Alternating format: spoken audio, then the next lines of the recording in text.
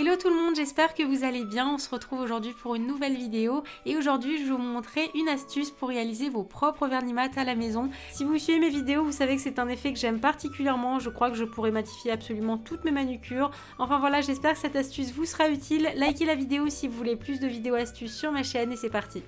Donc dans un premier temps, je vais vous montrer comment réaliser votre propre top coat mat que vous allez pouvoir appliquer sur une pose de vernis ou sur un nail art.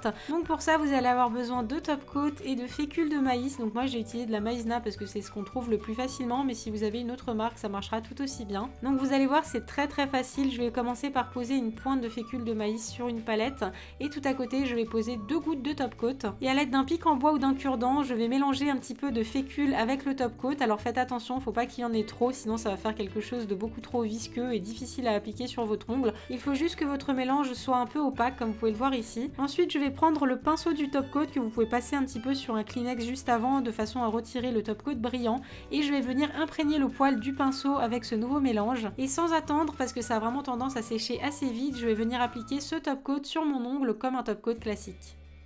Et comme vous pouvez le voir au fur et à mesure que ça sèche, le vernis est de plus en plus mat. Bon là je vous ai accéléré un petit peu les images parce que ça prend une bonne minute avant de voir ce résultat.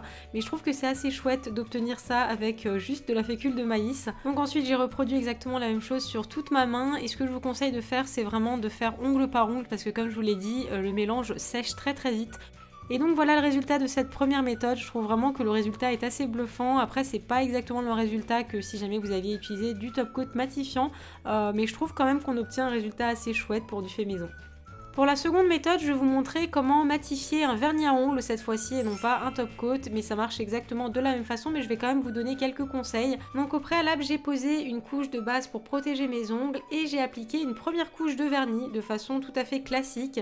Et une fois qu'elle est sèche, j'ai posé 2 gouttes de mon vernis sur une palette et j'ai ajouté bien évidemment de la fécule de maïs. Et comme tout à l'heure, j'ai fait ma petite tambouille, c'est juste un petit peu plus compliqué à doser parce que là, le vernis n'est pas transparent, donc voilà, faut y aller un petit peu à la louche et obtenir un mélange qui ne soit pas trop pâteux. Et très rapidement j'ai appliqué une seconde couche de vernis, donc comme vous pouvez le voir le mélange est assez épais. Il faut quand même que ce soit agréable à poser et que ça ne fasse pas de traces. Si jamais votre vernis ne s'applique pas correctement, c'est tout simplement que vous avez mis trop de fécule de maïs, donc il faut en mettre un petit peu moins. Et donc comme tout à l'heure vous devriez voir votre vernis se matifier progressivement au bout d'une petite minute. Moi j'en ai profité pour nettoyer mes contours avec un pinceau plat et du dissolvant.